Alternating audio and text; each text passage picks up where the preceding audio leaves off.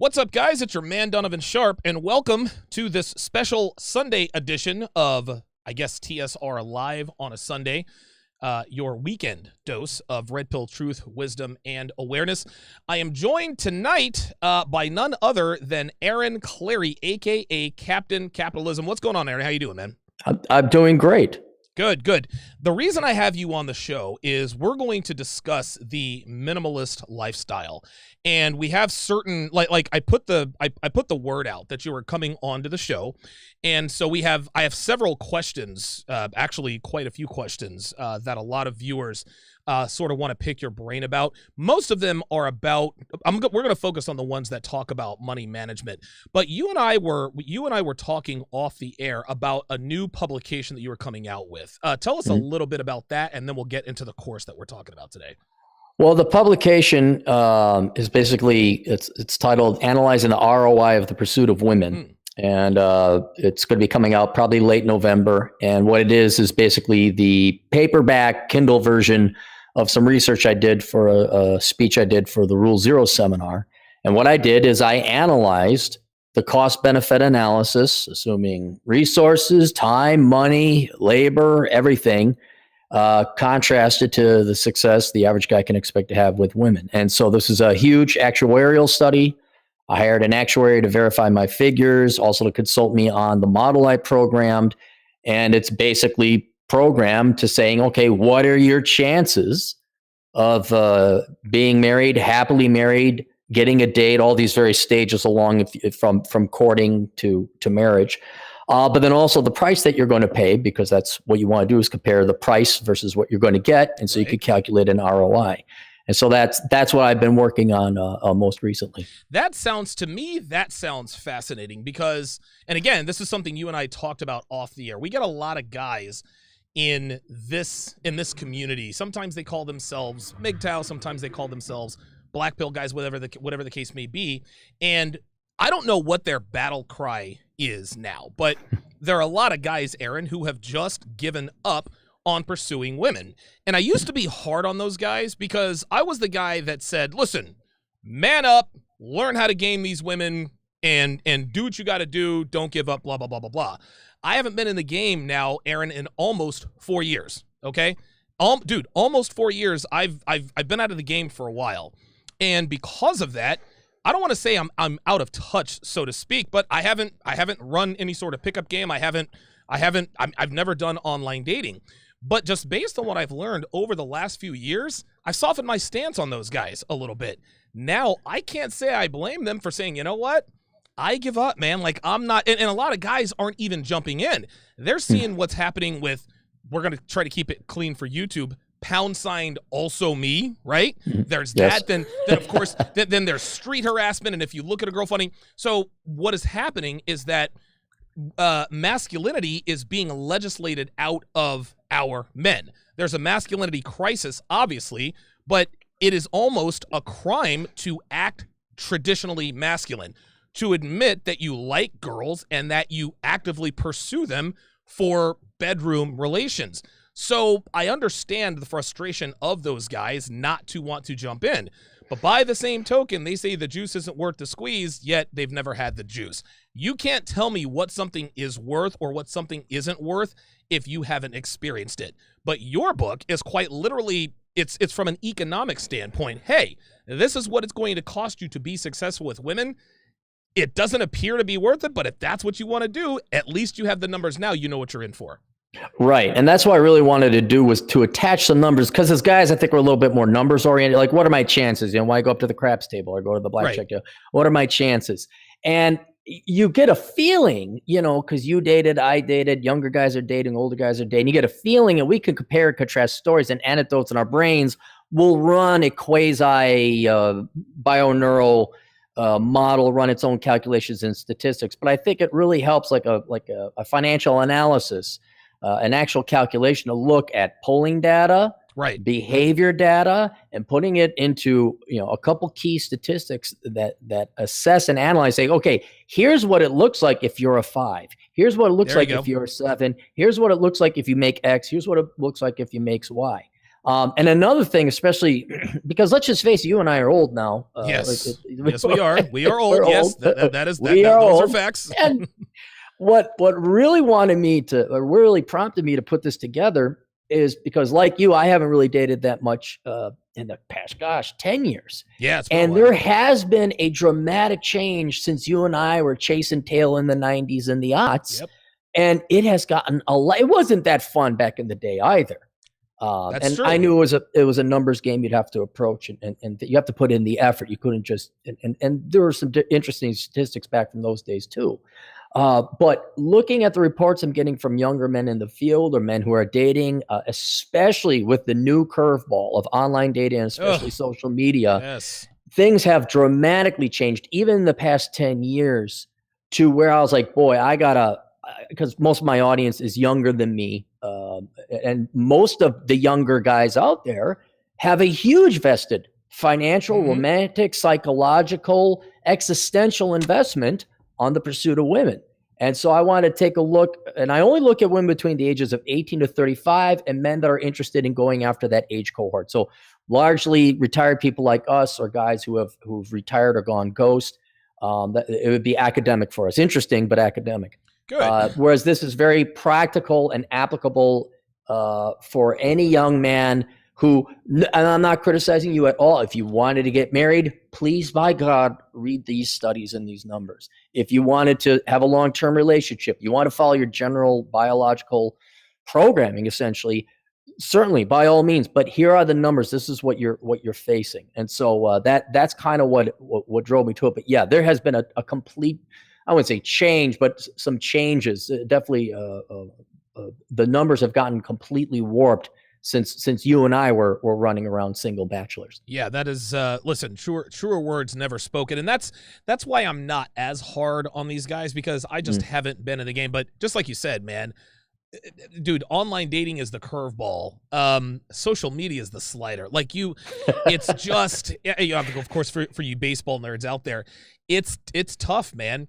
And I was fortunate enough to be able to live in Las Vegas before. Listen, online dating's been around for a while, but now that seems to be the primary source of companionship that most people use. Because I remember back in the day, 10, 15 years ago, if you met someone online, it was more or less taboo. Now it's almost odd if you don't meet someone online. Am I wrong? Oh, no, the research I have is, depending on age cohort, but about 70 to 80% of people in that age demographic meet online now. And that's doubly so under the disease we have going around. There you go. 91. We call it 91 DVOC now. 91 DVOC. Oh, yes. 91 DVOC. There it is. Yes, 91 there it is. DVOC. Okay. So the 91 DVOC makes that especially pronounced and applicable now because everybody's meeting online. Right. So yes, it's and like you, I was originally like, oh, you guys are just weak. You're not playing your game, and and there was a truth in that accusation, because most of these people, when you look, it's like, yeah, you're just using this as an excuse. Now I'm afraid this applies universally, even to your normal guys or your regular guys, your good guys and guys who stay in shape, where they're going out. And I can tell you this, it won't be specific numbers and won't be shocking, but what you're experiencing is the truth. It's not you. It's not bad luck. The numbers are that horrific and bad. Yeah. So I feel a little more sympathetic towards the people going their own way. Absolutely. Dude, absolutely. I got no problem with those guys. The guys that I have a problem with are the guys who are now we've got factions of guys who are attacking each other, right? Like they don't really do anything. It's just, right. Well, it's a non-factor at this point. Let's just let them do whatever the hell they want to do. So you have just released a course that talks about living the minimalist lifestyle, and I have several clips. I actually have several clips from that course. Before I play these sample clips, give me sort of a Reader's Digest version on what the course entails, how long it is, and what it teaches you. Well, it's a very comprehensive course. It's about 5.5 hours of seminar material. And so it takes a very thorough and complete approach to minimalism. So I look at the philosophy of minimalism and its evil twin sister, materialism. There you go. I delve deeply into how materialism is human nature. I relate it to addiction. I relate it to consumerism. And so there's a theory part. And then the second part is the practicum, where I say, okay, now that we understand what is materialism and what you're trying to install minimalism, but what you're also really trying to do is get rid of and inoculate yourself against materialism, which is in truth inoculating yourself against human nature. Right. Once we understand that, then I go through the practicum of like, all right, here are the things that you can do to become a minimalist, of which there are many things that you can get in a minimalism book, reading Henry David Thoreau, right, and the likes of that. But then I also go into basically swapping out like methadone for heroin. Let's say you're addicted to heroin, they're going to give you methadone. You can't just get rid of this biological programming that you have. It has to be swapped out with something. Right. And so it's deep, it's philosophical, and that's where I think the real value of this class lies, is say, and here's how you kick the habit. Because you, me, everybody else, it's like, oh, where'd the money go? Well, you're out having fun. it's human. You're out drinking, you're living life, That's what you're doing, dude. Yeah. And if you don't consume, you die. It's like, well, we have an addiction to food. We have an addiction to water. You have an addiction to air. But like food, and I talk about obesity because there's so many parallels. Absolutely. There can be too much. And so that's where I try to like take this hardwired programming out, put some new programming in so that you're like, oh, I see. And by the way, here's a list or a game plan or actionable items, not to mention some really clever things I use to get out of poverty. Sure. And minimalism, things most people don't think about. So it's like, okay, I understand it. Oh, here's a substitute to really address the basically addiction I have, everyone has to spending. And then here's a practicum, a list of things that rules even you could follow. Okay. You don't have to like, oh, I got a budget, because that doesn't work. It's just like I follow these 5-10 rules. It's like no carbs. Okay, I don't eat carbs. I don't eat sugar. Well, no, it's a rule. So then after taking the course, you're much more likely to start saving money for retirement, spend less than you make, pay off your debts, get out of credit card debt, et cetera, et cetera, et cetera. And ultimately, the final goal is to retire early. Yes. Not just retire, but retire early. Do it early, man. Yeah. And so that's what it is. It's basically a very thorough theory, philosophy, practice, and then hopefully at the end of it, because I can't guarantee anything. Of course. You're like, oh, wow, and you never worry about money again. Okay. Jason Bravo sends in a $5 super chat, says, love the collaboration. Became a fan after reading Bachelor Pad Economics. Just got a promotion. What is your best advice to continue success? Well, I'd have to know a little bit more about him. I guess if he's in a corporate career, he's a W-2 employee, make sure you it's triage. Okay. And so it really depends on his personal situation. But if you have high credit card debt, and let's just talk about high interest debt. Okay, high interest debt. I usually want you to pay off your debts first, your high interest debts first, because there's zero risk in doing that. Let's say you have a credit card that charges 23% interest. God. Could you get 23% rate of return in the market? Maybe, if it has a good year, but the market can also go down. Yeah, man. But there is no risk in you paying off your credit card because you're the risk. The bank or the credit card company took the risk on you. Right. So you have if you have a credit card a credit card that has a 23% interest rate, that is zero risk, guaranteed 23% rate of return, which is a phenomenal annual return any year. Of course. So I always recommend you pay off your high interest debts first. Then once you get down, okay, you got a mortgage or a car loan or your student loans. All right. The next thing that you want to critically do, because it's also an equivalently high rate of return, is if you have a match on your 401k or 403b or 457, depending if you work private sector or public sector, you want to contribute the amount that your employer matches. Right. Because that's free money. Yes. Sometimes it's half, sometimes it's 1-for-1, but that's the free money right there. And I'm not kidding. Oh, well, but then I'd have to give up drinking. Well, I guess you're giving up drinking that year. Or I have to, but I won't be able to take Bipsy out to the nightclubs. Well, I guess you and Bipsy are going to learn to go run and play volleyball for free out at the city park or something. Because especially if he's younger, he sounds younger because he just got his career. Right. The power of compound mathematics is on your side. And if you can throw in and just suffer now a little bit and get yourself like 10 grand into a 401k while you're still in your mid to early 20s, that is going to do more for you than 50 grand you throw in the last 5 to 10 years of your working career. A lot more than that because of exponential mathematics and power of compounding interest. So that's what I would do. I know it's going to suck, but unless you had a really important investment or expenditure of money, I would go through your finances, pay off your high interest credit card debts ASAP, and contribute up to the match that your employer will match. And those are two things you can do early on in a career. But aside from that, if he's read Bachelor Pad Economics, there's an entire chapter on cars. And I think there's even a chapter on minimalism there, like an abbreviated version. But don't buy new cars. Always pay cash for your cars. Women are impressed with cars, but it's the wrong type of women. Okay. Don't tell Rich Cooper about fancy cars. Now, he and I might have a disagreement on that. Of course. And listen, Rich Cooper would say, listen, you're right, but if you get a car that appreciates in value, like his Audi R8, then I guess maybe you can justify it, right? Rich knows what he's doing. Of course he does. So he's in a separate category on his own. But for us mere mortals, for the average everyday guy with two nickels to rub together, right? Right. For the average schlep, don't be buying no fancy car.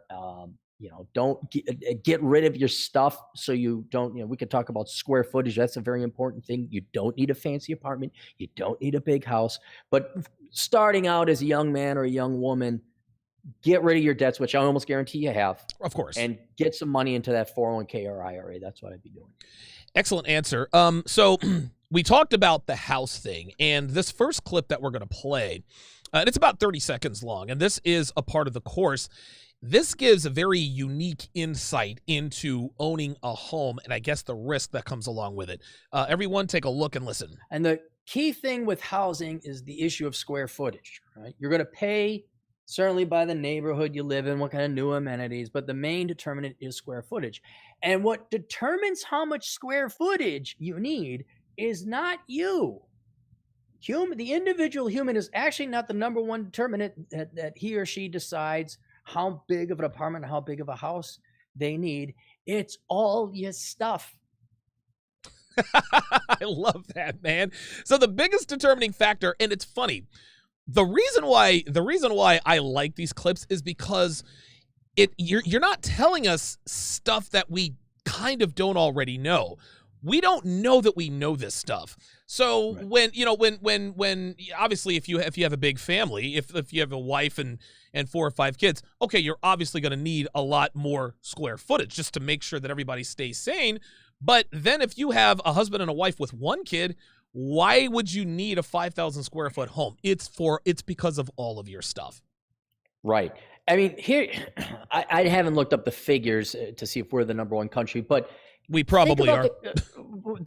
Think about this concept. There's millions of people that have so much stuff. They rent space to store their stuff. Yep. That they don't use or see. They obviously could survive without it. Listen, I am one of these people. I'm one of these people, man. Well, there you go. See, and so even if it's not in your home or you have it stored outside, somewhere you have to store this. And whether it's a rent or mortgage, your number 1 expense is going to be your lodging. Okay. And I would also include in that your storage and any parking spaces you might have to pay to live in the city or something like that. Okay. Now, I understand you need a car and all that, but just to give you an idea, it is your stuff that's going to be causing the number 1 expense on everyone's budget, which is usually your lodging. And so and here's another thing, Donovan, I'm not a hypocrite. I've practiced what I've preached. I've done this. Of course. I've always lived in the equivalent of a studio or 1-bedroom apartment ever since I left home when I was 18. Really? Okay. Yes. I can pack. The last time I moved, guess how long it took me to pack and have my stuff ready? 8 8 hours, maybe? 2 hours. Oh, Jesus Everything Christ. I own, including my Star Wars arcade game, could fit in the back of my truck in the cab. Wow. And I had it all packed and ready to go. Guess how long it took my girlfriend to pack? A lot longer than that. 3 days. Oh, and she's like, "Well, you going to help?" I'm like, "No, that's not That's my your stuff. stuff, right? You get this. That's your stuff. Stuff in." And by the way, I don't know if you guys knew this. Moving sucks. Oh, God, it sucks. Oh, it sucks. It sucks so bad, dude. And so people couldn't believe that I was ready to go in 2 hours. I'm like, no, that is all I own. Now, admittedly, I'm a pretty, I wouldn't say extreme minimalist, but I'm very much a practicing minimalist. And someday down the road, when I have my house built, maybe I'll buy a slight, a nicer thing here or there. Sure. But that has served me incredibly well. The reason I paid off my house several years ago, was 43. Okay. And the number one reason for that is because I didn't need, whether I was renting or owning, that much space. If I owned a property, I could rent out the other rooms or the other units, because sometimes I'd have a duplex or a triplex, or I'd have roommates. Right. Over the course of 20 years, that saves you a lot of money. Okay. And if you all of a sudden have to, especially gals, I mean, I could see guys, it's like, well, as long as I got my computer screen and my video game console, I'm okay. But especially the women, they got to have like the nicest sofa. Jesus, yes. Donovan, not more than 2 days ago, you know what I bought for the first time in my life? What? New furniture. Oh, wow. I have always gotten hand-me-downs or Goodwill couch or whatever else, bed or chair. So what made you buy new furniture after 20 years, after all these years?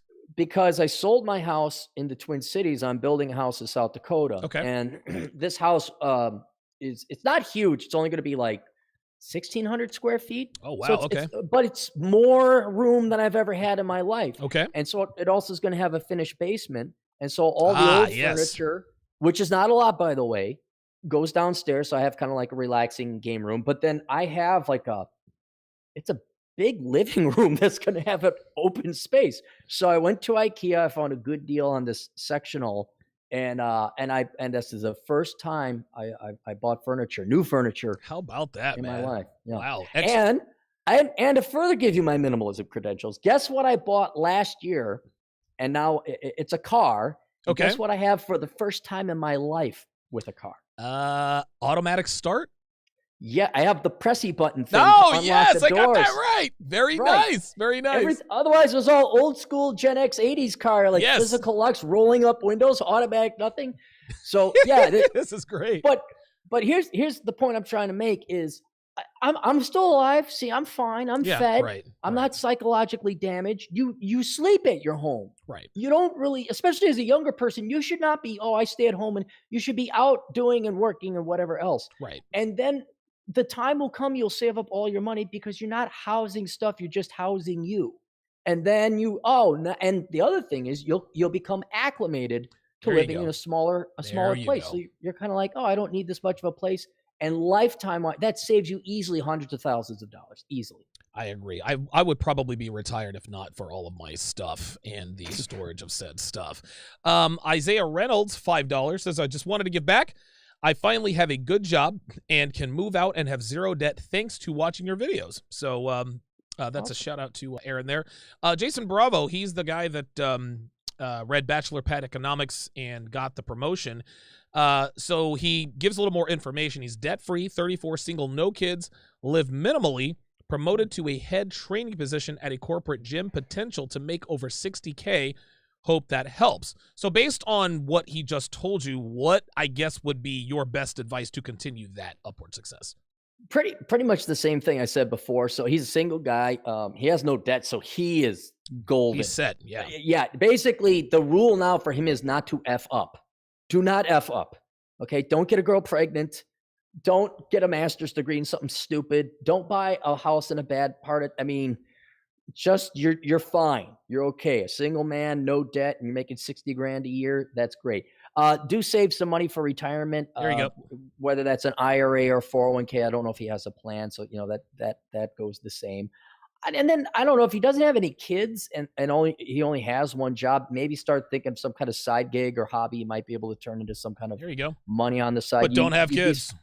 Yeah, you don't have kids, so just something to keep the mind But all of a sudden, he does that hobby for 10 years and all of a sudden starts making money. The internet allows a lot of monetization of things that were traditionally a hobby. So I dabble in that a little bit, but no, if I had clients like him, if all my listeners and audience was like him, I wouldn't have listeners. I wouldn't have clients. They wouldn't need me. Right. So, be a lot less problems in the world. Makes sense to me. Definite G, $5. This is an interesting question. He says, do you think that a dopamine detox is one factor in the minimalist lifestyle? Interesting. Like you get like serotonin, the good chemical feeling drugs. Yeah. It's almost like if you go minimalist, then you're not buying, you're not consuming all the time. Is there some sort of? Oh no, now I see what he's asking. Yes, 100% true. Because the car that I bought, where I have my first little electric pushy button thing, it was in a rollover. It was insuranced out, totaled out. Okay. I get it at this used car place, and only had 32,000 miles on it. Oh wow! It's so new. It has like USB and the chairs are comfy. It's very quiet. And then I have this old Kia Rio. Okay. That was accustomed to driving standard transmission, automatic, nothing. Okay. And so the nicer car, or I should say the newer car, is in the Vegas Southern Command. Okay. And so also I'm driving around that during a winter one time, and I get back and I hop in the Kia and I'm like, oh, the chair isn't as nice. It's clankety and echoey. I got spoiled. I got soft. Yes. So you absolutely can become accustomed to I wouldn't say a higher standard of living, but a more comfy standard of living. Right. And there's nothing wrong with you sleeping on a futon for a couple of years. There's nothing wrong with you, because now I really appreciate, like, oh, I got a bed, not a futon. There you go. To this date, let me ask you this, Donovan. Okay. How grateful were you during the Great Recession when Subway came out with the $5 footlongs? Oh, dude, are you kidding me? Dude, honestly, me and the guy I worked with, we were there every day, man. Like every day, dude. $10, it feeds us both for 2 days. It was crazy. Right. And see, you almost want to never get away from that. Like, you don't want to spoil yourself. Like, now, I love how you found the picture of me with the Ferrari. Oh, I love it. Yes. Yeah, that was rented, by the way, everybody. That was absolutely rented. I don't own that. This is interesting. I'll actually say this. One of the most fascinating things, because I've had you on a couple of times, and that actually leads, and I've got a couple of other super chats, but what I'm gonna do is I'm gonna play another clip that talks about the downtown, the uptown pad. One of the things that you said, if you're a young guy and you see these other young guys living this seemingly baller lifestyle, driving the nice car, the pretty girl, the Vegas high rise and all that, he said, if you really want to know if you're cut out for that lifestyle, just rent it for a month. Rent a Lamborghini, Airbnb, a super nice apartment, a super nice like condo, penthouse, whatever the case may be.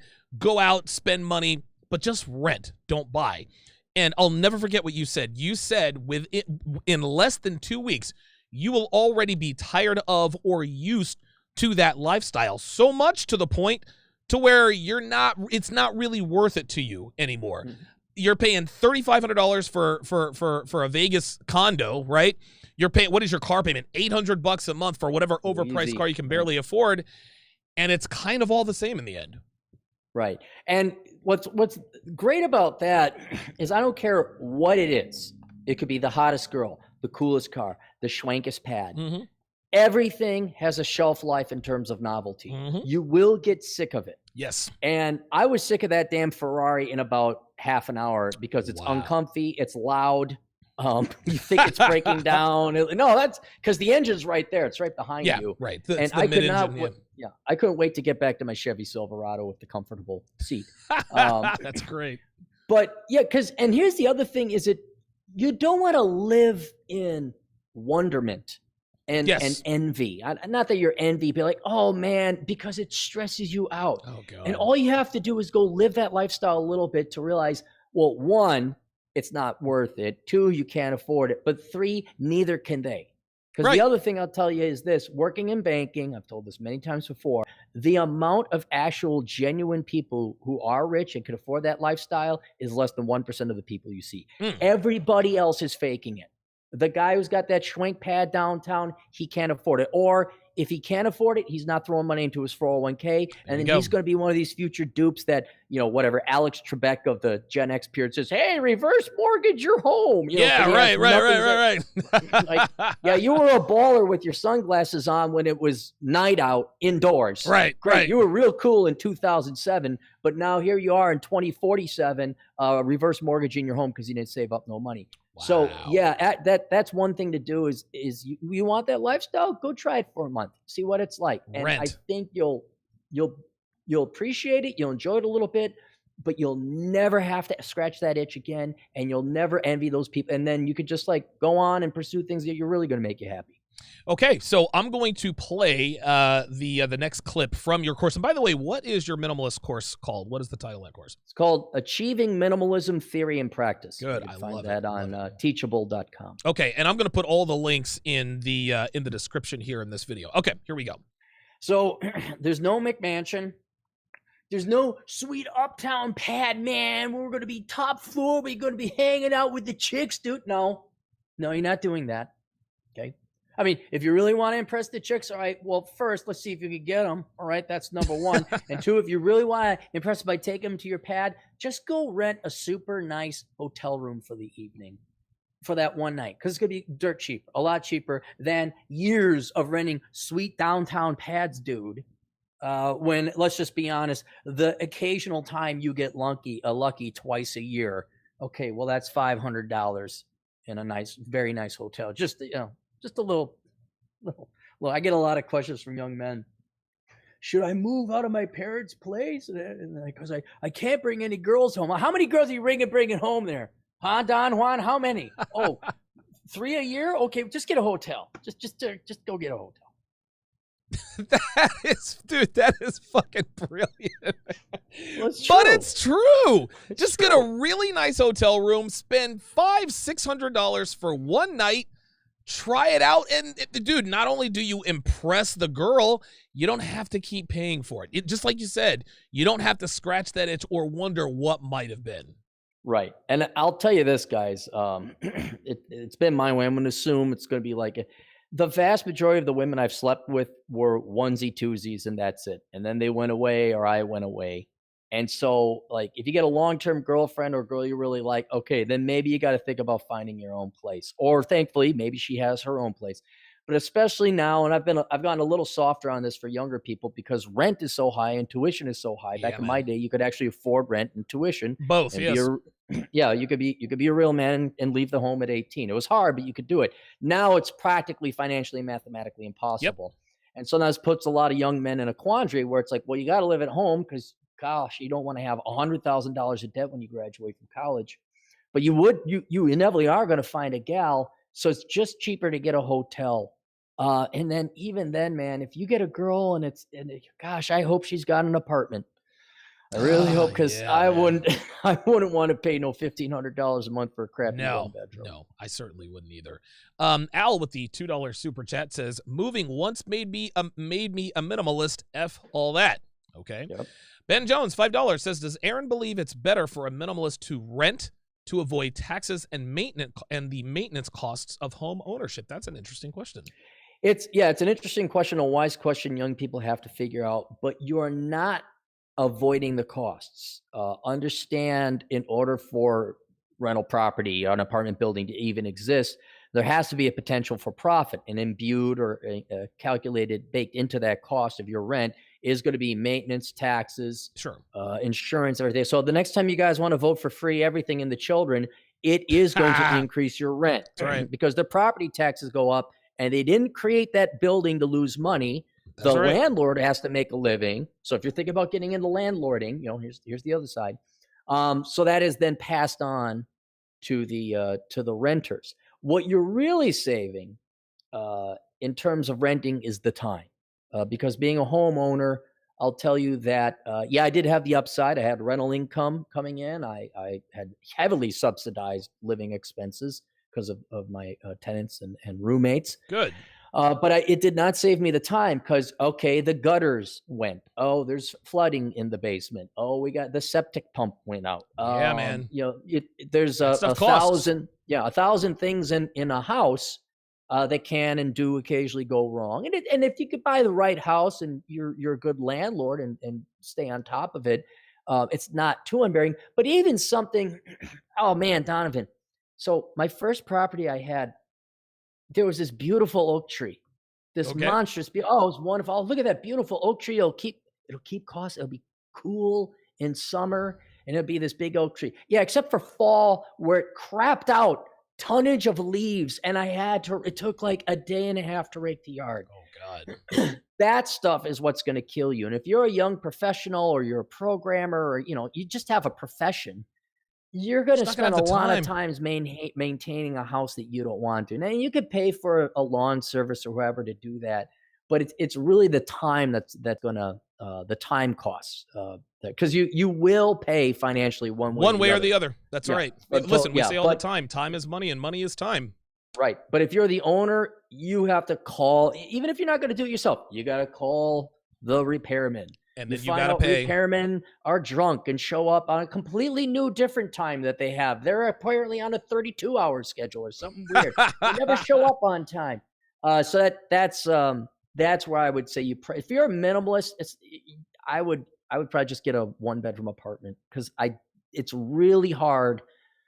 If you're just a single guy and you're a minimalist, dude, the renting is just a hell of a lot easier. Throw that money. If you want to invest in real estate, invest in a real estate investment trust. You'll have an exposure to real estate without all the maintenance and repairs. Okay. Yeah. Good. That's good next level game there. Sir Pump with the $5 super chat says, past 4 years, I've only approached women. I don't do it online. Ratio is about 400 to 1. And I make 6 figures, no debt, my own place, about 7 out of 10. It's really that bad. Yeah, it really is that bad out here, man. That's a horrible ratio. Even if that's sex, I thought, is that like 400? My guess is that's probably, like if he swipes left or right on 400 women, my guess is that he gets laid once. But, I mean, how long does it take to swipe right or left, right? Well, the number's even worse. I thought he said he doesn't do online dating. Oh, no, you're right. So he says he's only approached women. He says ratio is about 400 to 1. I need to find out what that ratio is. Because if you're approaching 400 women and only sleeping with one, then there's some game. There's something wrong. Yeah, something's going on there. In fairness to the guy who wrote in, online dating, there were 2 studies done. 2 guys did it where they just swipe right or whatever is the yes. Yeah. And some of these were baked into the model that I did. One guy had like 16,000 swipes. Wow. It resulted in 3 dates. Oh, God. Jesus Now, that was pretty bad. There was another one, but it was about as bad. Not as bad as that, but it's about as bad. So, again, more data to prove, it is that bad out there. I don't doubt the writer at all. I believe that 100%. Jesus Christ, man. Dude.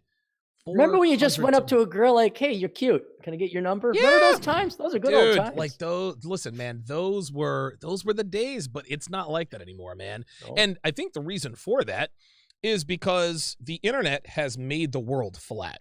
Now, see, because back in the day, young, pretty girls always had endless options. Well, the difference is they weren't always aware of what or where their options were. Now, because of the smartphone, now girls can hook up with guys on the other side of the world. So no matter who they're with, what they're doing, what's happening, they know that come hell or high water, maybe there's someone out there better for me. Maybe he lives in Romania. Maybe he lives in Greece. Maybe he lives on the other side of the world. But that has really, really hampered relations between men and women.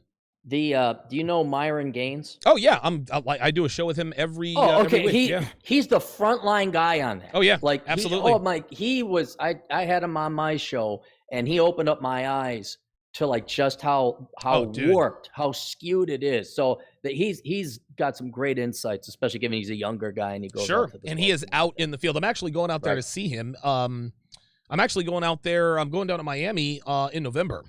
Okay. To visit with him. So listen, Sir P is absolutely correct. Blue Lion, $10 says he's a 35-year-old male, $120,000 job, low student loan payment, no car, low debt, but have multiple credit card dings. I want a home. Should I focus on credit repair or go for the house? Rent is high in California. I'd rather own a home elsewhere. I wouldn't. You couldn't pay me enough money to own a property in California. Oh, good God, no. way. I'll go to Vegas, go to Utah, go to Arizona, go to any other place. But in the meantime, and this is good because if you have credit troubles or a bad credit history, clean that up. Get rid of your credit card balances or consolidate it into one. Keep the rate low. Revolve it, meaning pay it down. Have a little bit of pay it down every month. Pay it off every month is what you should do. Yes. And you can go online and find, you can even read books at the library about how to optimize your credit score because it's an algorithm and you do want to carry some debt, but not too much debt. But yeah, man, get those, whatever you could do. If you have outstanding balances, pay them off. You make 120 grand, which I know isn't that much in California, but it's true. Enough. Yeah. I mean, it's enough that you should be able to pay off your debts. But in the meantime, I would absolutely not buy in California. Oh, no God, way. No. I would try and be getting remote work. And I'm a big fan of Vegas. So make a hop, skip, and a jump over there. Housing is a lot cheaper. So am I, as it happens. Are you come out to Vegas now? Listen, I'm going to be out there next month after Miami. The week after that, I am. Devin and I are flying out to Vegas. We're staying at. Well, I'll tell you where we're staying, but we're going to do some recon for the event that we're going to have, and we're going to do the launch for Womanese Volume 3. We're going to make it a whole big thing. So yeah, I will be down there for an entire week. We'll be there through Thanksgiving. Are you doing house hunting out there? Or are you just going for going? No, we're going to scout a couple of venues for the event that I'm going to do in late spring, early summer. But we're going to buy a house in Reno. That's where we're going. That's still no state income tax. Yes. Oh, absolutely. Listen, I am acutely aware of that stuff. All right. So, now I think that picture of you with the Ferrari, I think you're in front of Red Rock. Is that where that's at? That's the Red Rock Casino. Yes. It was my girlfriend's 40th birthday, and we rented. Me being the evil misogynist that I am. Yes. I rented out a suite at the Red Rock for her and that Ferrari. Yes. Very nice. Very nice. Speaking of cars, here is a clip from Aaron's Minimalist course. This is going to open your eyes. Check this out. Average cost of a car, let's say it comes in at 50 cents a mile. 20 cents of that, 40%, was transportation, as empirically proven by the cars I drove when I did the math. That means 60% was money paid for things beyond the transportation a car could pay for. And we could deduce that as vanity. Right? And it's probably even higher, obviously, for the height. That's the average. That includes all the cars on the road. So it's very much more likely in the realm of 70 to 80%. Transportation is cheap. Vanity is not. Transportation is cheap. Vanity is not. Elaborate on that. Well, I wanted it this was for a different project I was working on. Okay. It's a book called Poor Richard's Retirement. That was published several years ago, and that aligns well. It's how to retire cheaply and some concrete numbers and examples on doing that. But what I wanted to do was to calculate, what does transportation cost? What does it really cost? Not what does a fancy car making a statement getting the girls cost?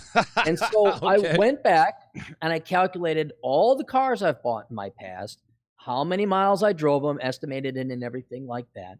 And I came up, and I'd have to consult the figures again. I want to say it was a dime a mile. Wow. Maybe it was 12 cents. Right. How did you do that? Well, man, Donovan, I'll set you up with Southside Auto over in South St. Paul, where they specialize in nothing but rolled out, what's it called? Where the insurance cashes them out, like they won't repair them. Well, what this guy does is he goes by, he's totaled out, they're quote unquote totaled out, but the engine's still good. So I got like a hail damage car. Okay. And so I go buy these cars dirt cheap. I've never spent more than $5,000 on a car. Oh, man, and we're talking cars with like 30, 35,000 miles. So I will run them up to 180,000 miles into the ground, donate them to the local mechanic training program for the poor folk. But I did the math, and basically it was with insurance. It was about a dime or 12 cents a mile. That is incredible. Sure. Yeah, come on in. Oh, wait, hold on. I got to get the door. Right. Hang on. He's a professional, ladies and gentlemen. He is. You got to look at You order pizza? What do you get? I'm good. All right. Sorry about that. Yeah. Anyway, so you take that 12 cents per mile, God, and that's you incredible. compare it to what the IRS will allow you to deduct as a business expense. Right. And at the time, I think it was 58 or 60 cents a mile. But that you get an idea. It's like, okay, again, here I am. I'm alive. I'm okay. Everything's okay. Maybe I drove crappy cars, but I got to where I needed to go. That's right. The heat worked. The air conditioning worked. The safety was fine. Lived to talk about it. And what you're really seeing the difference there between the IRS standard deduction and what I ended up paying is extra. That's not transportation. You are paying for vanity. You're paying for heated seats. You're paying, and keep in mind, that's the average, Donovan. Like if you go get a new car, it's way more than that. Jesus. I mean, sometimes it's like $1 a mile, probably even more depending on the vehicle. And so what you really got to ask yourself, especially as a younger man, a younger gal, it's like, look, do you need transportation, or are you trying to impress your friends along with everybody else who's also trying to impress their friends because they all have roughly that same 1 to 2 year old Buick? Yeah, or, right. Or, you know, like, okay, it's really nice, but it's look, you're not Rich Cooper. You're not standing out. It's not a Shelby Mustang. Right. You're lost. If anything, my 85, I had the Gutless Cutlass, 1985 Cutlass Supreme. Yeah, this wow. awesome dog, big ass seats, comfy as all hell. Dude, chicks loved it. You know why? Of course, I was a lot younger back then, but you know why everybody loved it? Why? Because we could fit 6 people in that damn thing, and I'd sober cab, and usually one would come back home with me. It was this big ass, huge. It was wonderful. I paid $500 for that thing. Cutlass Supreme, dude. Yeah. That's a blast from the past. And then I had an '88 Chevy Caprice Classic, the old cop car. Oh yeah, dude, big body. Yeah, big body. So that was also comfy too. But I forgot where I'm going. I'm going down memory lane. Oh, so that ended up being like, oh, look at this crazy guy with his donk running around here. At least it stood out. That's right. So when you get this, I got any GM car, I got a 2020 Honda Accord. Right. Well, good for you. You and a million other people, you're not even getting status. You're not even getting vanity or prestige. No. You're getting really expensive transportation. And so what I recommend everybody do is you get 2 crappy cars because one's going to go down. Of course. Then you have the backup. And as long as you only get liability only, these are not fancy cars. You don't care if you crash them or they get scratched or dinged. Right. Which is another alleviation of stress. Yeah, that's true. It got scratched. Oh, well. Then it's the same amount of insurance because you're driving the same amount of miles and you're going to save tons of money, just tons of money. And so much so I did the math on it that if you pay cash for a car, but not too much cash, you're paying minimal. Okay. You will save up 3/4 of the amount you need for retirement by the time you're 65. Wow. Right. Wow. So, and then you can still have your sweet patio, and you can you can get your master's degree in fluffy bunny studies or whatever else you want. But if you simply pay cash for cars, you will rapidly and throw the savings into a 401k IRA. There you go. You will rapidly accrue almost enough to retire by the time you're 65. Wow, that is next level game. Nonstop Dre 360 $2 says the Marines. This guy. This guy's funny. You know about Nonstop Dre? He's a regular of mine. Outside of that, I don't really. What can you tell me? Yeah. Is he? No, he's a good guy. He's always on my show. He's a great guy. Well, he says the Marines made him a minimalist real quick. So yes, I would say that. Al, $5 says, Aaron, I just finished my master's in general studies from University of Phoenix. How do I pay back my $300,000 in student loans? I can't find a job. This has got to be a troll question because a master's from Phoenix. A master's from yeah. I'm gonna skip that. Juan, the Aztec patriarch, says real minimalists wear New Balance shoes, aka Aaron. Nonstop Trade 360 says, how many income streams should guys have by age 30? That's a good question. I'd say 3. 3? Okay. Yeah, ideally 3. And 30 is 2. I take that at 2. Because it takes a while to figure out. You got to support yourself. You got to get out of debt. You got to find your calling. Right. This is at least 5 years wandering in the desert. Then you got to get proficient at it. And then you have to have but you should, well, even when I was 30, I had several, some real simple you can do. Go teach community ed. Like if you got a skill or a trade, they'll pay you a couple bucks. I mean, it's nothing you can retire on, but yeah, 2 to 3 income streams you should be looking at by that time. Okay. Very good. Young Manhood says, salute Donovan Sharpe. Good stuff. Al was obviously messing around. He said he was just, says, I'm in the trades, just messing around. Yeah, that was funny. He says, by the way, same guy, $5, says, the ultimate frugal minimalist lifestyle is finding a woman to mooch off of. Live with her, eat her food, drive her car, etc. Yeah, hey, a lot of people do that, but sometimes they do it out of necessity rather than just to do it. James, what do you call a drummer without a girlfriend? What? Homeless. Or guitar player, sax player. Oh, you can of course. And these people are called hobosexuals, right? Hobosexuals? Yes, Is that what they call it? Hobosexuals. Like they'll sleep with anybody as long as they have a place. So they see these dudes who were sort of artsy fartsy. They got a busted up girl, but guess what? He's got a place to stay, right? Got a place to stay. He'll bang anybody who has a place. James Young, $20 says, I'm at the end stages of child support. I rented rooms. I owned used cars, always stick shift, cheap to repair.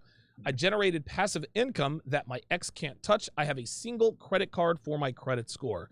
It would appear that James is doing it right. What say you? Yeah, absolutely. If he, especially the fact that he has child support. Oh yeah. And I would assume also alimony. That's playing on a handicap, man. Because that's one thing whatever I might complain, I've never had a kid. I never had a gal divorce me. Jesus, I mean, him and Juan, the Aztec patriarch, he's also a single dad, and he's got custody of his kids, and he repairs. Wow. Yeah, he's a real cool guy. He repairs cars on the side. He's got his daytime gig, and then he takes photography in San Francisco for a project I won't mention, but he's running that gig too. But that is life on hard mode. Absolutely. Good for him, man. Dre Trucking, $15 super chat. Appreciate that. James Young also says, $5 says, I'm good with my hands. I'm especially good with cars and computers. They provide that provided a lot of quick money. I always repaired my own car, saving money. Yes. Al with another $5. Oh, wait a minute. Hang on a second. Al, $5 says, there's a Craigslist post I came across. Guy is 8 out of 10, offers free housing, $150 a week. Allowance for cooking, cleaning, companionship. It's really that bad. So the guy is an 8 out of 10. Okay. He's offering women $150 per week, obviously not paying any bills, to cook, clean, companionship. It's really that bad. Like, it is really that bad out here. It's incredible. Well, even Myron, I was talking, this is one of the reasons I want to have him on the show. He was talking about how, now this is Miami, of course, so it's a little bit different. But you're saying that pretty much every girl you see that's very attractive, she is sponsored. Yes, she's monetized. Yeah, she's monetized. Yeah, and I was like, that's a brilliant word, but that's the truth. Yep. A lot of guys with a lot more money than us are basically just paying for these girls. That's right. And taking them out of the market. Yes, that's it. Yeah, they're sponsored and monetized, which means they have an OnlyFans. They have a YouTube channel where any woman who is, and again, this is how the internet has destroyed women. The internet has changed the world for the better and for the worse. The internet is the best and worst thing that's ever happened in history. And what it has done is even mildly attractive girls, the average sevens are monetized. If there is a woman who is exceptionally, I don't even want to say exceptionally beautiful, but if she looks better than most women, she's monetized. She has an OnlyFans. She's sponsored. She is making money off of the way she looks. That's the world we live in, man. And unless you are making 6-7 figures, then she's not really here for you, because just like you said, there are men out there who have a lot more money than we do, literally buying these girls and taking them off of the market. So right, and it used to be, the 80-20 Pareto rule.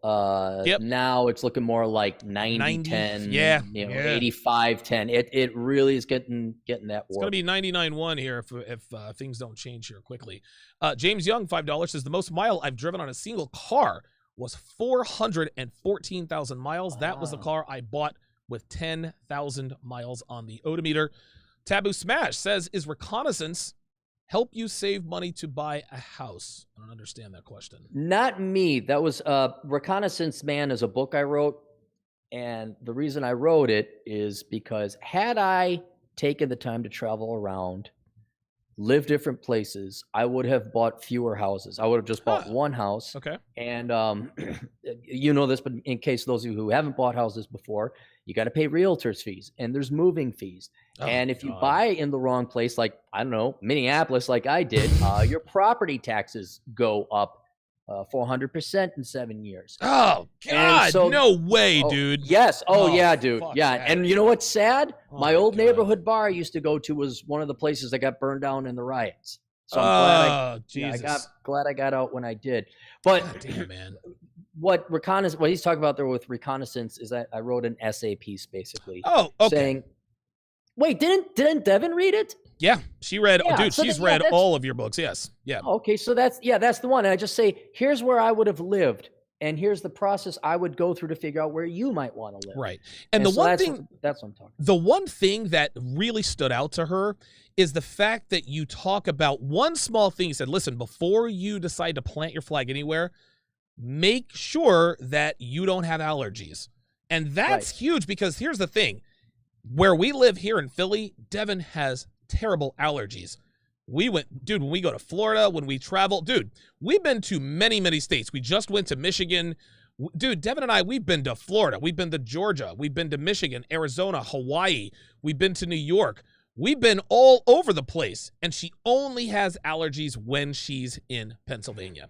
It's just something about the air. Now, I'm sure our pets have a little something to do with it, but one of her relatives down in Florida, she has dogs, right? So I think allergies is probably one of the most underrated factors that comes with, maybe wanting to relocate. Mm-hmm. Yeah, and that was just something that came to mind. But you have to physically be there, yes, for a serious amount of time before you say, yeah, I want to move to Thailand, because it could just be one thing like allergies, but other thing, who knows? You don't like the music, whatever. I don't know, but you got to put boots on the ground. Yes. And it's better. Like, a lot of people are somewhat apprehensive. Here's another thing about minimalism.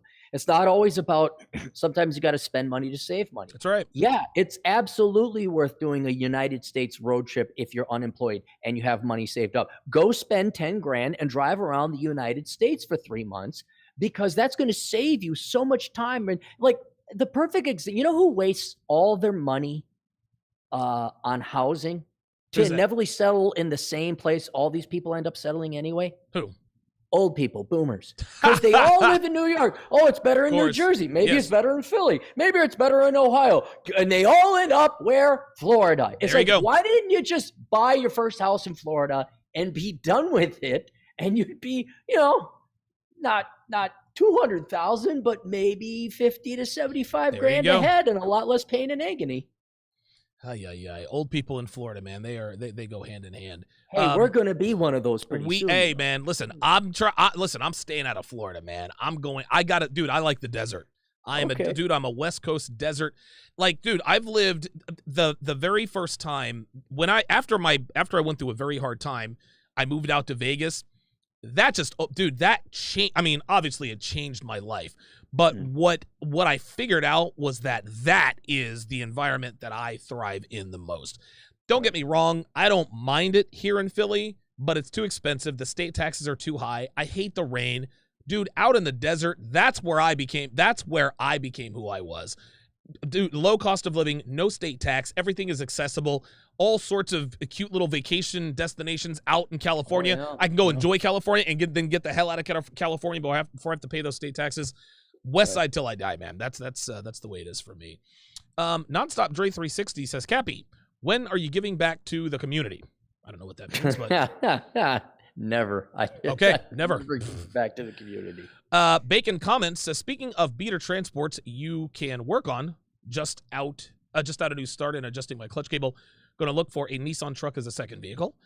James Young says, no alimony, only one kid left, and child support is over next year. Good for him. Wow, he'll be set. Yeah. He will be set. Ken Rose says, unfortunately, I do ride share and food grocery delivery full time. So used car is out of the question. Other than that, I'm a minimalist with everything else. Okay, but see, this is exactly what you just said, Aaron. You said sometimes you have to spend money to save money. Sometimes you have to spend money to make money. Listen, you can't drive an old beater and be an Uber. You're not gonna get many good reviews. We rode in an Uber up in Detroit. Oh, it was terrible. He took us to this restaurant. I was like 2 minutes away. It was smelly. There were crumbs everywhere. It was crazy. Yeah. Well, keep in mind with a lot of these side gigs, they're not sexy. Like a lot of people, I want to start a business, and they're thinking it's like, you know what makes more than your average business? What's that? A second job. You're like, no, seriously, go work a second job. Work security, go do Uber, whatever else it is. But because I've seen more businesses fail than be successful. Yep. And so people, how do I pay off my debt? We'll go work nighttime security for 2 years. The gig economy. Deliver groceries, walk dogs. Like, dude, It's out there. It's out there. And there are people with money who are willing to spend it. That's for sure. I may or may not be talking about myself. Al, $2 says, these days, if she's thin, she's monetized. Wow. Do you know what percent of women are actually not fat or obese? Very small. Was it like 20% in the United States or something like that? 30%. Jesus Christ. Yeah. So, and this is why they're monetized, because it is a novelty. That's just, it's incredible. It's incredible. Technomage B5 with the $120 super chat says, I buy my cars new, so I know from the start its history. Your mileage may vary. Sentra, 12 years ago, 204,000 miles. Prius, 11 years, 194,000 miles. Battery died, left in the garage over the summer. I get my money's worth, but if you know cars, used can be a great investment. Right. So now there are guys, like, I don't know too much about, listen, I can change a starter, right? I can change the oil filter and all that. I've done some pretty involved stuff with the help of my friends, but the average guy doesn't really know what he's getting with a car. So I understand. I understand that. Bacon comments, 223 says, I drive for a living car, 95 Nissan 200 SX, 420,000 miles. I like it.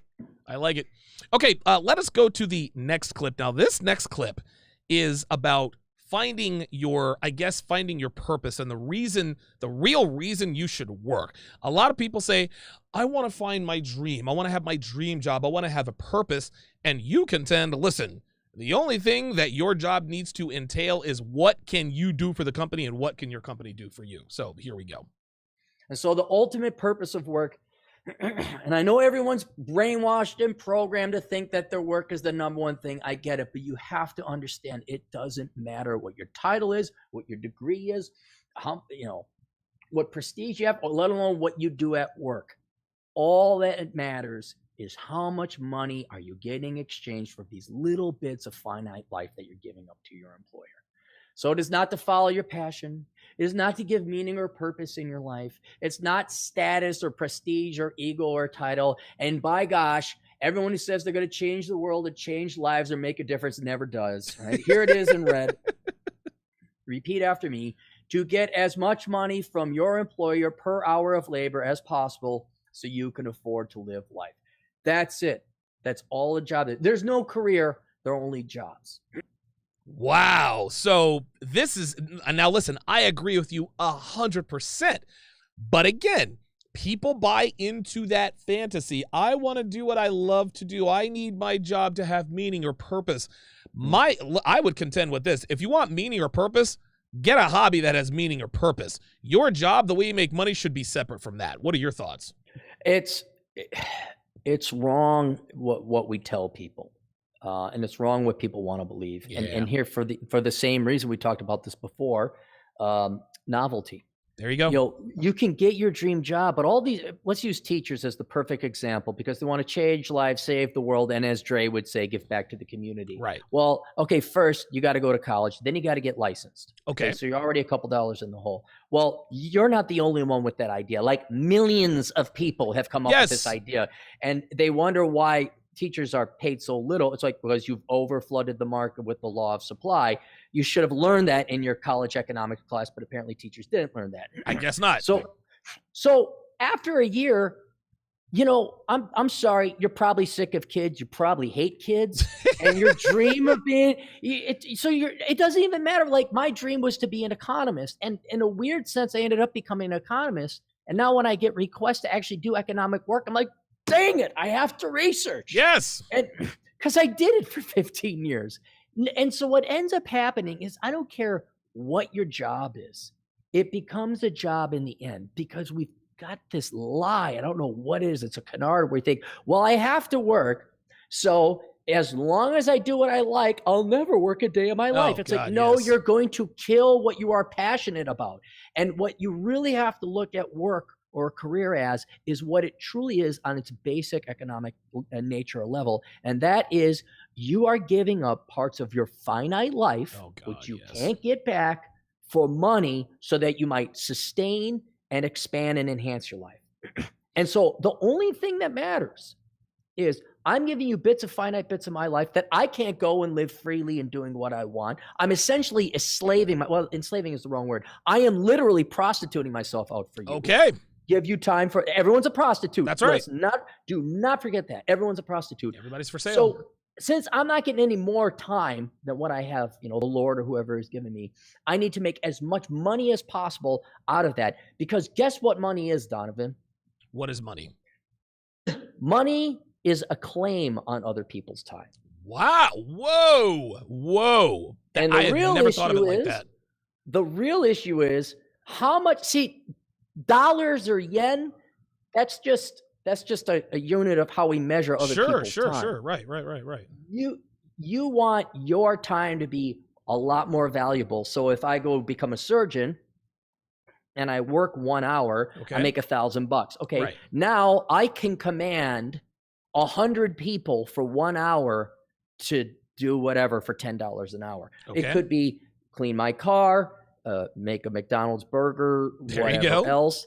And so that is the key way. And I'm not against wealth. Just because I'm a minimalist doesn't mean I'm against wealth, but it does save you a lot of time where you make your time so valuable that you, one, don't have to work that much, sparing you a lot more time on the back end to go live life and do what you want. But two, you can command other people's time more than, like, you invest 1 hour of your time, but you command 10, 25 hours of other people's time, thus saving you more. So you can't extend your life expectancy, but you could get that's what wealth is getting everybody. Think about wealth. Bill Gates has a yacht. That's not a yacht. That's 100,000 hours of people's time that Bill Gates spent 2 hours getting. Wow, dude, I have never thought of it that way, but that makes perfect sense. Right. It's a claim on it's not time. Slavery, but you can command out of the economy resources to be produced by other people. Wow, man. And so the second you think your job is your life and your career, well, go get your Spinster with Cats book, for the inevitable and learn how to drink boxed wine. But if you know what a job is, it is you sacrifice. It's mortality. It's necrosis. That's what it is, man. Here it is. Here's some of my life. I'm never getting it back. But by God, you better give me some money for it. And so that's what that is profound. Money is quite literally a claim on other people's time. I have never thought of it that way, but it makes perfect sense. So James Young with a $5 super chat says, I have a list of food and environmental allergies. I get shots every other week to help with the environmental allergies. I know the misery myself. Ay. Okay, so I'm gonna play the last of the 5 clips from your course, and then we're gonna finish the show by answering a few questions that people have written in. Here is you talking about the cost benefit analysis to going and talking to girls, picking them up at the club. This is really good. Take a look and listen. I remember many years ago being stupid, as opposed to now. And I would go to the nightclubs when they had them, and I would I would talk to girls. I go to a nightclub, I talk to girls, and I'm somewhat charming and charismatic, and you're yelling, and this is when you could have cigarettes, and you had to talk through the smoke and yell over the music and all that. Right. And back then it was about 1 in 10. Out of the 10 gals I'd approach or ask out or get one I'd get a date out of. Now, I would go to many nightclubs, and I would go and I'd approach girls, and I'd talk to a lot of girls, and I was a numbers guy, which you actually kind of have to be if you're going to talk to gals. And I was a great salesman. I mean, just numbers. Volume. One's going to hit, and many did. But I look back at all the time. It could be going to a house party. It could be at the nightclubs. It could be just in public, asking girls out. Right? That was a lot of time. And I never really put it together because there was this one guy at the gym who was just jacking hundreds of women, hundreds. And if I didn't make the math of the comparison back then, but I certainly did later on, I'm like, of all the hours I spent going to a club, paying for parking, paying for cover charges, working up the labor to pay for those covers, buying drinks, paying them, working up all that time and investment. If I had spent a fraction of that just going to the gym and getting jacked, I would have saved myself at least 80% of the time. Oh, dude, for every 5 hours, let's just say, I spent approaching women and talking to them. If I just spent 1 hour at the gym, I would have gotten the exact same results without all the rejection and the efficiency losses, what we call them in economics. I would just hit the gym, instead of 5 hours at the nightclub each night, 1 hour of the gym each week or each day. The results would have been much better. So there we go. There's that cost benefit analysis. And here's the thing, Aaron, just like you said, it didn't used to be that way. It didn't used to cost $25 to get in the club. It didn't used to cost $17 for pick a drink or whatever the case may be. The cost is so high, it's just not worth it. And even now, I'll tell guys, there was like a 3.5, 4 year period where I did nothing but just run game all day. 5, 6, 7, 8 hours a day, just get numbers. Listen, it led to a lot of sex with a lot of girls, but if I had it to do again, I wouldn't have done it that way because the reason why I haven't done the math in terms of what it cost me monetarily and time-wise is because it probably would make me sick, man. Well, and this is one of the main reasons I did that ROI and the return of women coming out with it is both men and women, the number one consumer of their time, aside from sleep is your number one consumer of time. There you go. Is it's mate searching. Okay. Men, if there weren't women, we wouldn't go to college. We wouldn't get places or cars. There you go. We'd sit and fish and maybe come up with a rock throwing game. We might invent beer if we really needed to bide the time. But women do the same thing too. They'll read through the fashion magazines. They'll put on the makeup. They're always analyzing. They'll never hit the gym, by the way, but they'll do everything they can except when it becomes hard. And so what I wanted to point out with this is, again, as a minimalist, it's not necessarily money you're trying to save as much as it is time. And the number one sunk cost men and women have is the pursuit, or in the women's case, the attraction of one another. Okay. Right. So if men were to take the time to audit is really what I'm asking. Okay. I like that. Audit your strategy of the pursuit of women and ask yourself, is this most efficient?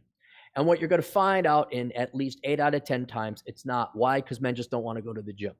Because the gym sucks and lifting weights sucks. And what that particular excerpt was pointing out is that if you spend the time at the gym, you're going to have much more success with women than if you were going to what is, in all honesty, an uphill battle environment at a nightclub. Dude. Trying to hit on gals. Dude. Oh, my God. But if you're physically attractive and you go to the gym, that's going to save you a lot of time and increase your success and cause less stress.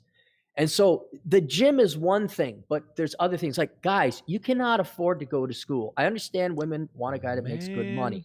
Okay.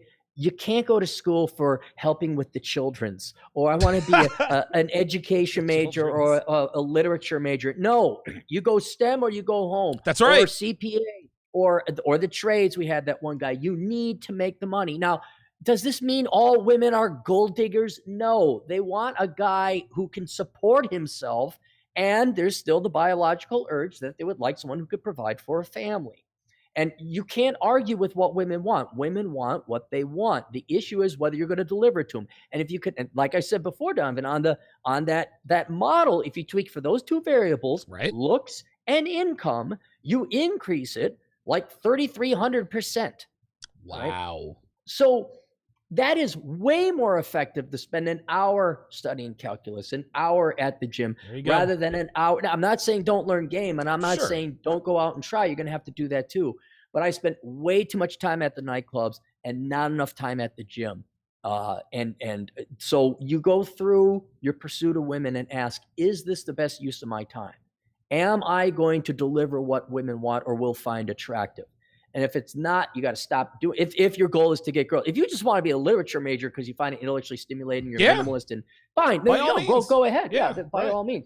But if you're serious and you're honest with yourself and you want to get girls, well, you have to consider what they want. And that is usually the best route to figuring out what actions or course of actions or things you have to invest your precious and finite time in to get a higher rate of return and success with women.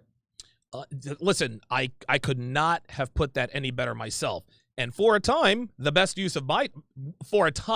what I thought the best use of my time was chasing women. It seemed like a good idea at the time. It's logical. It's logical. And listen, I had a lot of fun, dude. I had sex with a lot of great looking girls, man. But like looking back, like I don't know that I wouldn't trade all of those lays for the money and the time that I lost. Honestly, dude, if I hadn't chased girls in Vegas for so long, honestly, man, like I might actually be back in Reno. Like that's how quickly the timeline would have been pushed up. So I'm with you on that 100%. Do you know how much this is not opportunity costs? Okay, this isn't the world of what could have been. Do you know what the average guy will expend on explicit cash financial outlays in the pursuit of women? Oh God, no, what? Well, you're gonna have to buy the book to find out when it comes. Oh, very nice. Very nice. That was good. That was marketing 101 because you got me curious now. Oh, dude, I don't even want to think about how much I spent, man. It's bad. Oh God, Donovan, it's horrible. Oh, it's Jesus horrible. Christ. And I can promise you, I probably spent a lot more because I was about that life, dude. I really was. It's more than $1.25. I'll tell you that. Now that much I gathered. Technomage B5 with the $10 super chat says, I learned that lesson on money at my first engineering job. Was going to do tooling on my design. My boss explained the reason that gets handed off to another is their time not worth as much as mine. So there you go. That's the definition of money simply being a claim on someone else's time. Very good super chat there. Jason Bravo, $5 says, Cappy is right on this one. I didn't invest a ton of time at bars or clubs in my 20s. What helped me out was pumping iron and confidence. Right, and now the guy is going to be making $60,000 a year, probably looking at another promotion soon. No kids, no alimony, no child support. So good for that guy. Okay, so we're going to do sort of a rapid fire Q&A here. We've got a few questions that the viewers wrote in, and we'll finish out the show here. So the very first question is, what is the most effective way to raise your credit score? Here's where you got to go get a book because I'm an expert on raising credit scores. Okay. But clean up any outstanding debts you have, any past dues or delinquencies. All right. Also, you could probably do that by consolidating your debt. If you happen to have a house and there's significant equity in it, go and refinance the house, bring in that money depending on how much debt you have. You don't want to just pay refinancing costs for $5,000 in credit card, but clean up it's not common sense stuff. Outstanding delinquent accounts, get those squared away. Keep your balances down. Okay. Right? They can go up, but you got to pay them off every thing. It's good to have some debt, like a car loan is all right, but 3 car loans, depending on your debt to income ratio, is probably bad. Probably not a good idea. Yeah. And I would say you don't need a car loan, but it's okay to have one as long as it's a low payment. But you don't need 3 car loans or 3 leases, which is what I common. Oops. Wait a minute. Sorry about that. Hold on. Oh, whoa. What the hell? Oh, sorry about that. Go ahead. I accidentally hit the Siri button and okay. So you don't need 3 car and 3 leases. This is one of the few good financial decisions I made. I haven't had a car payment since I'm 22 years old. I've always paid cash for every car that I've ever owned since I was 22, 23 years old. So, next question is, what made you decide to be an influencer or I guess a life coach? I didn't choose this. This chose me. It was like ballroom dance instructor. I didn't choose to be one. I got kind of dragged into it. I started writing a blog in 2004. Okay. And I just did it regularly. And then as bandwidth got wider, you kind of know about this. All of a sudden, it's like, oh, I could do a podcast because you already had the built-in audience. That's right. With Blogger. And then all of a sudden YouTube with videos. And now you could do video and like kind of television. And so it'd be more akin to, well, I started off as a journalist, but then I guess had a voice for radio and I could also do video as well. And so it wasn't like I woke up and kindergarten, and people said, "What do you want to be, little Aaron?" Like, "I want to be a podcaster, YouTuber, blogger, influencer." Never came out that way. It just kind of happened. But I'm thankful it did, because it beats working in a bank any day. Yeah, no, listen, it's very interesting. A lot of people ask me, Donovan, what inspired you to become Donovan Sharpe? It is literally exactly what you just said. I had a story. Listen, I was right at the end. I was actually right smack dab in the middle end of my Player Vegas days. Started reading Return of Kings, and I said, you know what? I'm a pretty good writer. I can talk about my experiences from a red pill perspective. Met up with Roosh. Then, just like you said, the bandwidth got wider. Hey, you know what? I think I can be pretty good on YouTube, and one thing leads to another, and here we are. So yeah, I can. It really is akin. I mean, it's like the Wild West. Settling the Wild West. You got out there, and it's like, well, I didn't come out here to necessarily be the sheriff, but I guess I was really good with a gun, and the townsfolk asked me to, there's not that many people. And now the market's flooded, but I mean, again, we are old, and we are out there where, the railroads hadn't even been put in yet. And it's like, well, I guess I'll be a ranch herder, I guess. Yeah. Whatever pays the bills. Right. Right.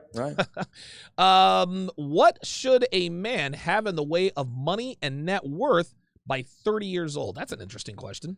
If you, based on your 30-year-old peer group, if you have no debt, you're doing really well. Okay. You're doing really well. Now, if you have a mortgage, of course, that's fine debt to have if you have the right type of house.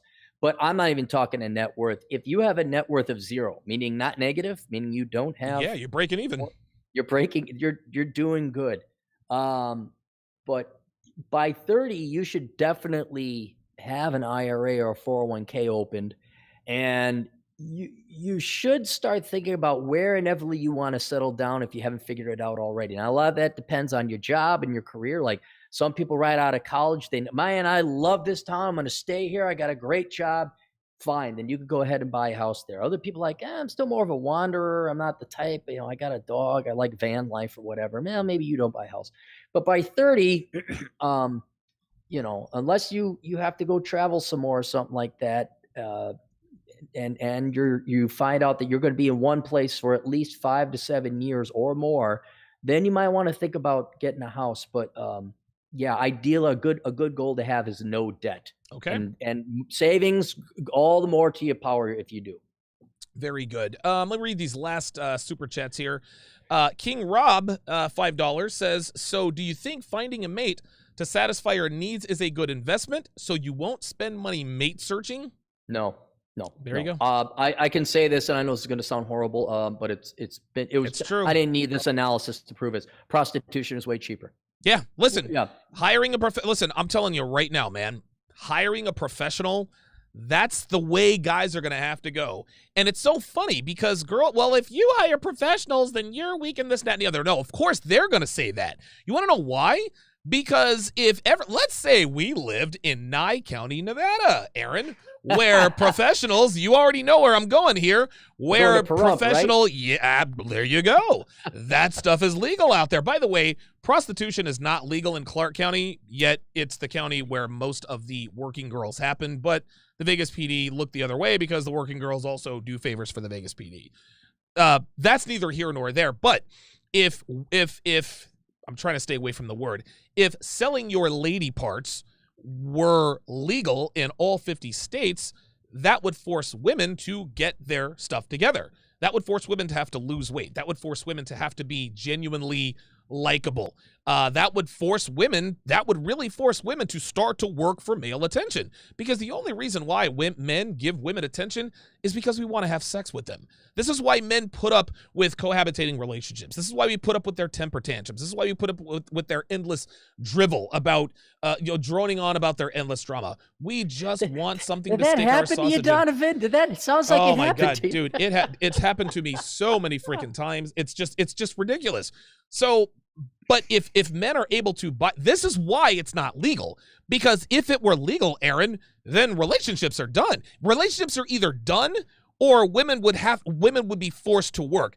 And the number one reason why prostitution isn't legal in the United States and never will be, because it would force women to have to work for something they're already getting for nothing. And girls ain't trying to do that. That's just all there is to it. I'd also like to make it to any younger guy listener, any older guy who has not had this epiphany yet. I'm not kidding. It is cheaper to get a lady of the evening, as we might call lady them, of the night. There you go. than to get married and face the risk of divorce. I got the numbers, but I didn't need the numbers. We don't need the numbers. Just look around. Yeah, divorce. I mean, you got to go. You have searching costs to get. You think about, okay, back in my day, at the top of my game, I would get like 3 out of 10 dates. All right, only 1 out of 10 of those would end up getting slept with. Right? Yes. Now that's a lot of money and time. And it would be a fraction of forget opportunity cost of time, just cash, paying for dates, nightclub, yes. Here's your $200, boom, now go away. Absolutely, it's cheaper to pay a lady. And I hate to say this because I actually hang out in Vegas a fair amount. I know a couple guys who hire ladies of the evening. And they're not even hiring these ladies of the evening for their lady bits. You know what they're hiring them for now? What? The girlfriend experience. Just to show up on time and be nice and be presentable in other people's company. Oh, that's yeah. And I talked to Aaron about this as well. Of course. But and so that is what the realities of this. You are paying one way or the other. That's right.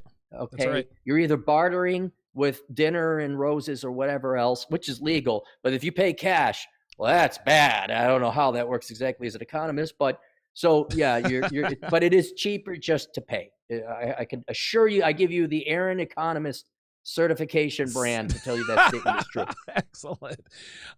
Digital Nomad, $2 Canadian, says Aaron taught me minimalism. Book next month. Woot. And then, okay, so those are all of our super chats. Listen, man, this was a fantastic, episode. I've actually been wanting to, and I guess we should probably do this off the air. I don't want to put any pressure on you, but I think because John of Modern Life Dating has, Crypto Charlie every Tuesday. And he talks about the cryptocurrency and things of that nature because a lot of his audience is into cryptocurrency. And he does that weekly. I would like to do something with you weekly, bi-weekly, monthly, where we just talk money. Because as you can see, we skipped like probably 14 or 15 questions. People can't stop asking questions about money because most men just don't understand how to navigate money.